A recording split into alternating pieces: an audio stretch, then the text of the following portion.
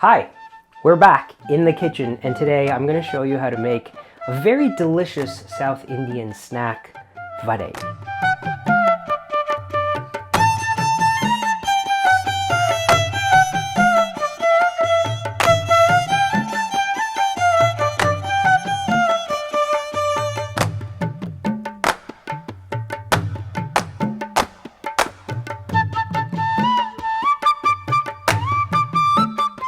Before we make the vadai, I'm actually going to show you how to make the condiment, which is a coconut chutney.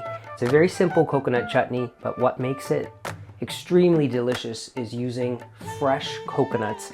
I actually have a video on how to choose and prepare fresh coconuts, so you can look that up. I'm just going to get to work here and do this really quickly.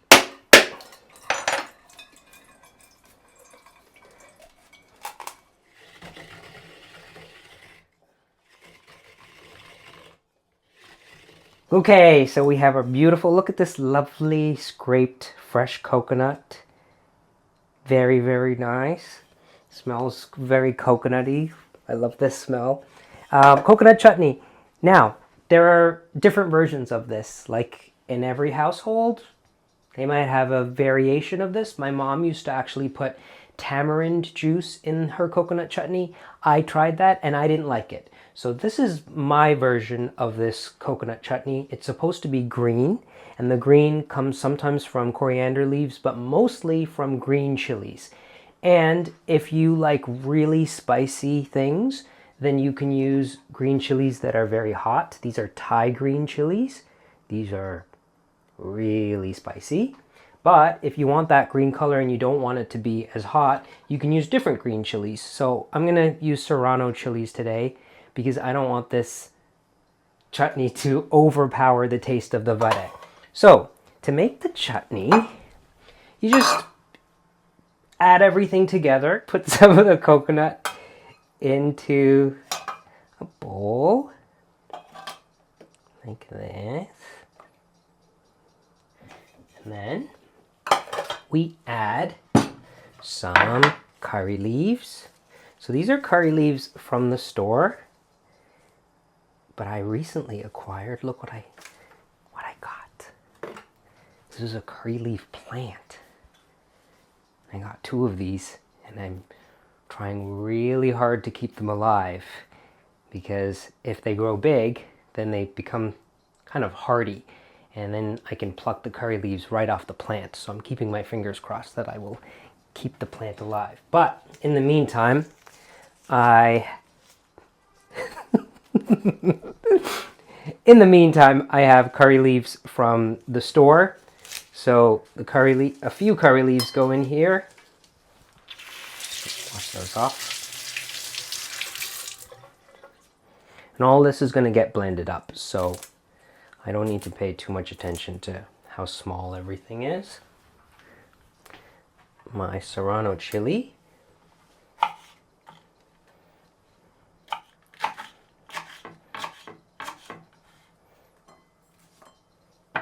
Some shallot. You can use onion too. And if you have access to an Indian grocery store or a Tamil grocery store, the little red onions that they have there, the small ones, those really are the best onions to use for all of this stuff. There's just a different flavor to those onions. And that's what they use in India and Sri Lanka. So sometimes I use a shallot to bring it close to that flavor. Okay, now a piece of fresh ginger, some salt,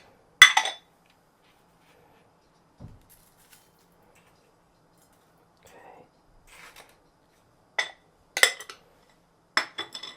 and now a little bit of water. Okay. Now I'm going to blend this all together.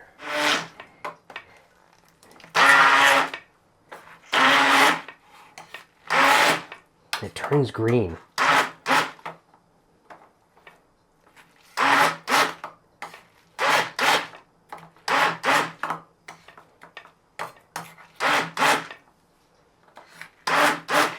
Smells coconutty.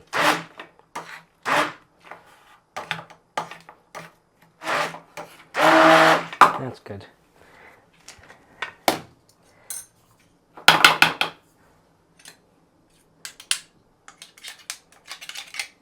So to finish off the coconut chutney, we fry up a few things to top that off. Mustard seeds go in.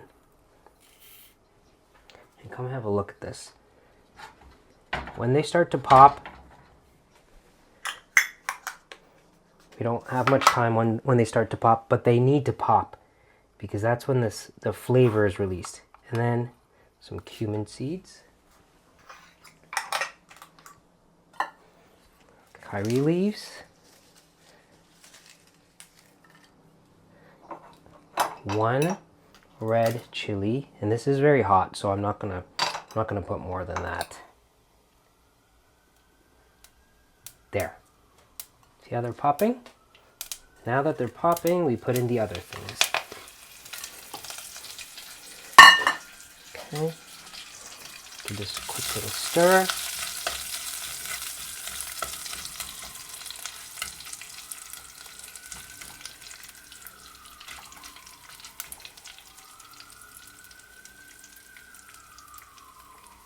Now this gets added to the coconut chutney over here.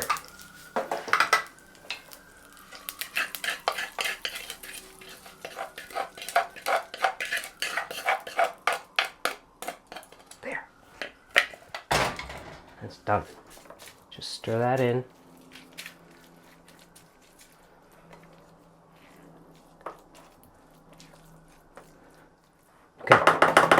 That's done.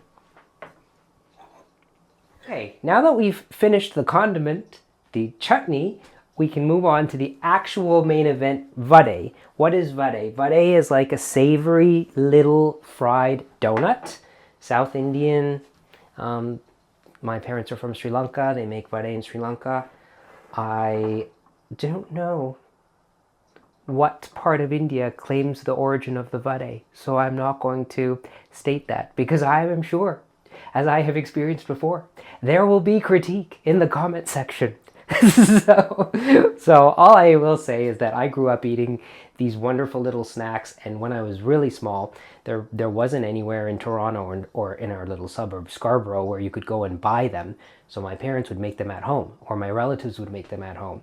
And now all over the suburbs outside of Toronto, there are shops that sell freshly made vadai.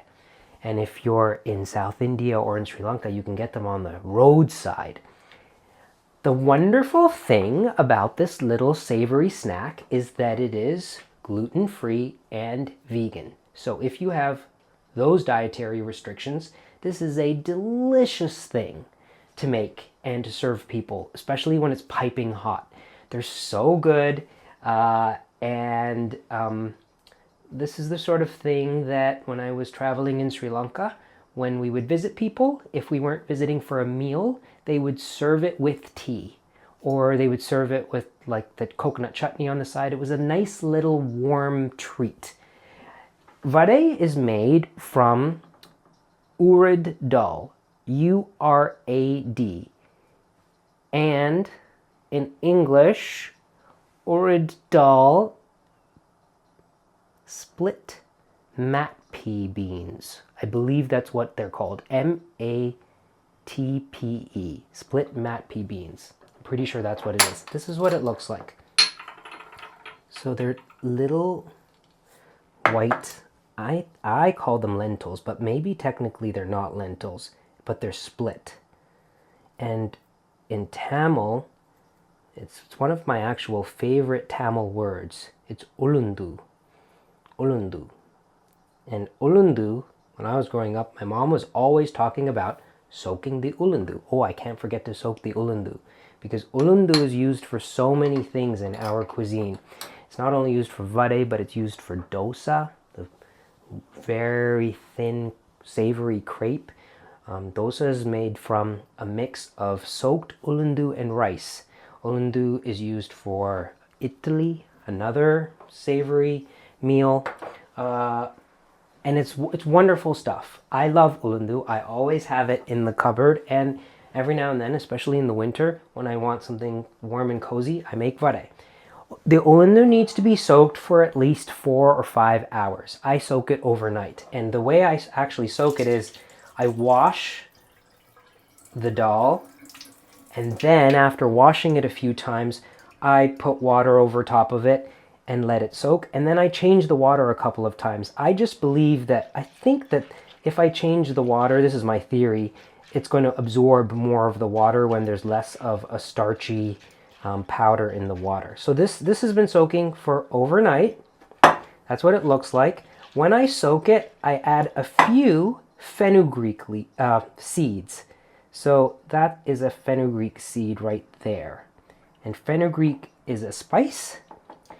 And the fenugreek seed, just like 5 or 6 fenugreek seeds to this amount of Ulundu, soaked overnight. Now, to make the vadai, after the Ulundu is soaked, this needs to be pulverized into a paste. And again, if you have a liquidizer or any kind of strong blender, put it in that. I do this also with the immersion blender. I've left a little bit of the water in there, a little bit of the soaking water I left in there to aid in the blending. Oh, okay. So before you blend this, you need to add a piece of fresh ginger. I almost forgot. How could I forget the ginger?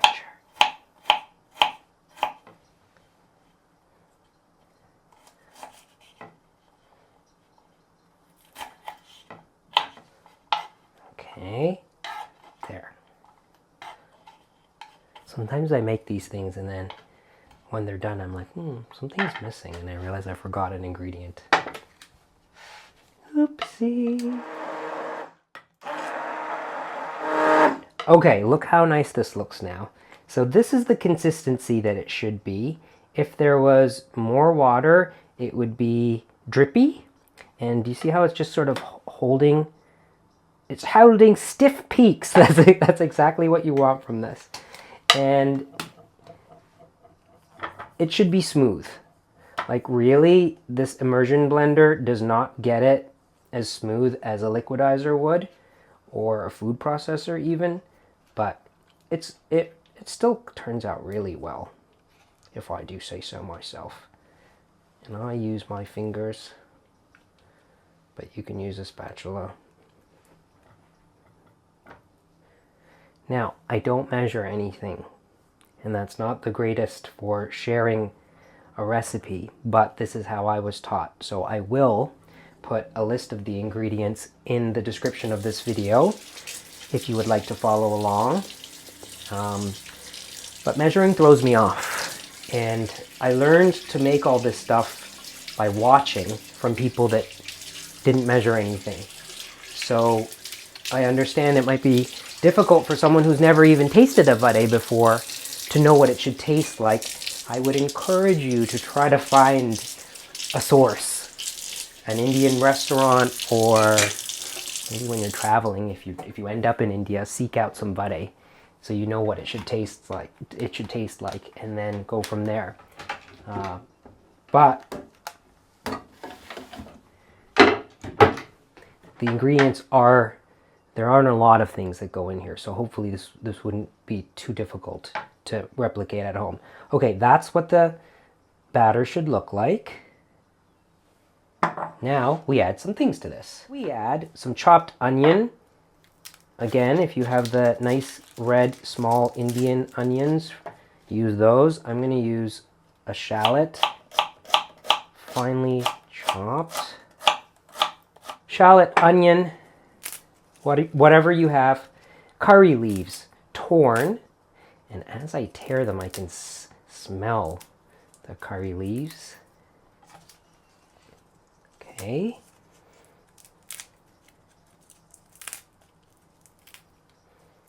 And then green chilies. So I'm going to use the hot green chilies now. The very hot Thai green chilies. But You can use any chilies. And some spices. Whole cumin. In Tamil, this is jiram.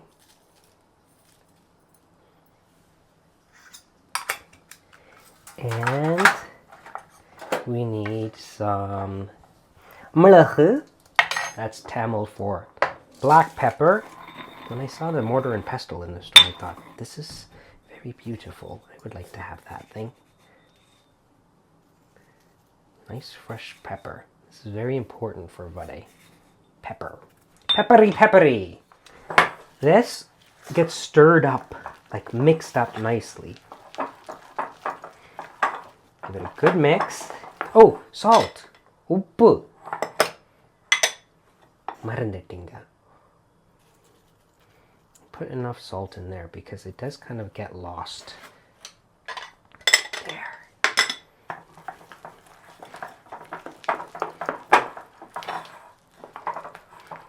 And the thing about this batter is it will dry out, like it will form a crust if it's left out in the air. So while you're doing other things, you need to cover it. Okay, so I have some oil heating up in my clay pot. You can use a deep fryer or use whatever thing you would use for deep frying. I like my little Sri Lankan clay pot. The oil's heating up in there, and this is how we do this. I wet my hands so that the batter doesn't stick, and this is the traditional way. We take some of this, and because my hands are wet, it's not going to stick. And then I make a hole in the middle because it's like a little donut, and then I put this in the oil like that. And I do in this little pot, I'm going to do 2 at the same time.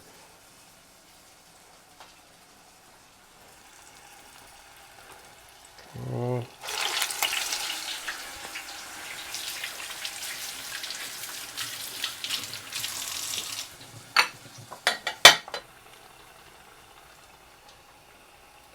They should be golden,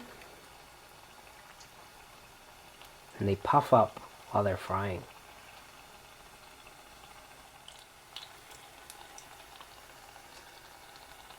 I can fit one more in there. So these are coming along. These two are almost done. This one I put in afterwards. It'll take a little longer. They should be really crispy on the outside and soft and fluffy on the inside. And if the oil is not hot enough, it'll just get greasy and heavy. So the oil has to be hot enough so that as soon as that batter goes in, it creates a real deep fry noise visual. Thingamadoodle, bobby, dab, dab, dibbity, dab. Okay, that looks good. This one can come out.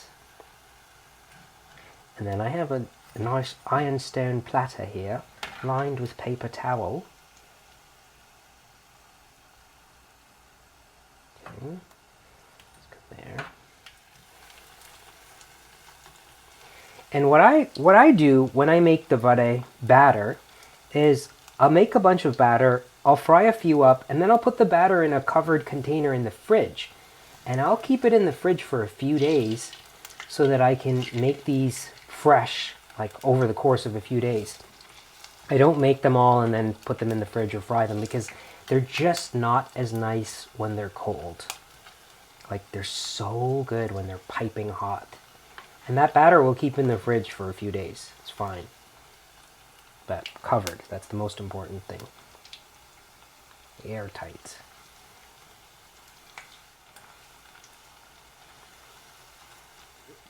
When these are made properly and ideally, they're very light. Oh, this is so light, like it feels like air. They're light, they're fluffy, as I said, they're crispy on the outside. And I have had many bad vadai.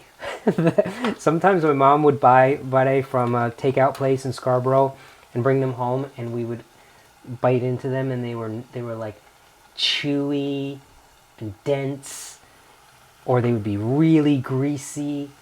And she would say, "Oh, these aren't good vadai," and we would all know, like, "Oh, they aren't good vadai." There really is. This is not foolproof.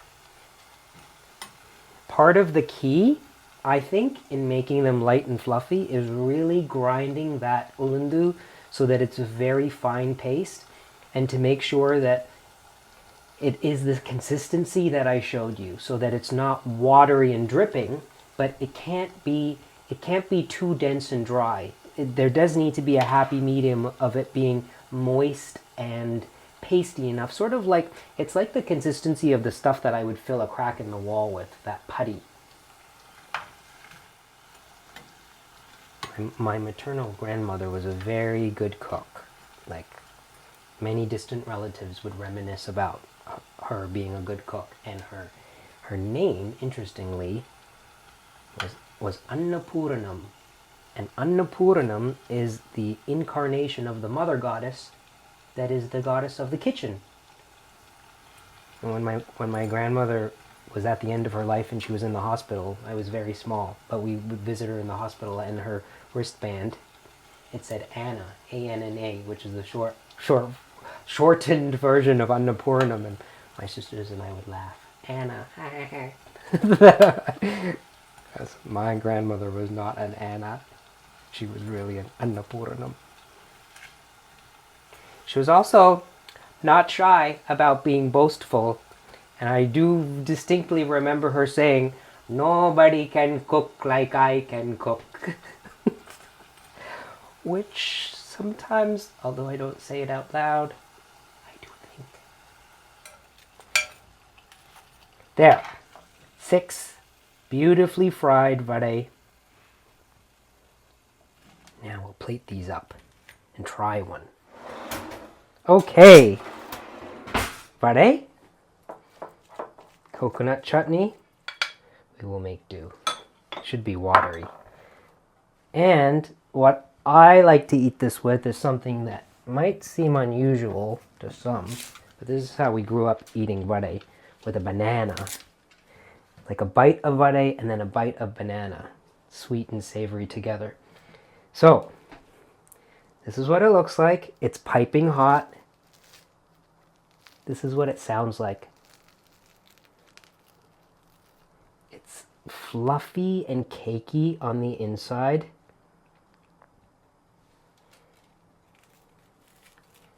This will get dipped into the chutney.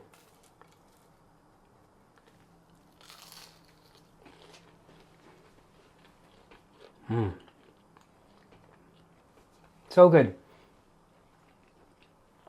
It's incomparable.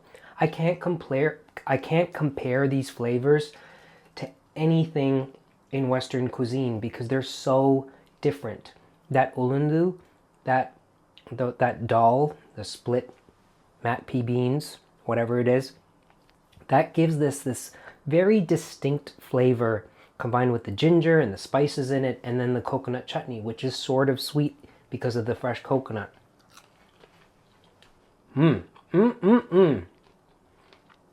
Boy, you sure know how to cook. So, whether you have it with coconut chutney or a banana, it remains vegan and gluten-free, but ultimately extremely delicious. Try it yourself and let me know how it goes. Thanks for watching.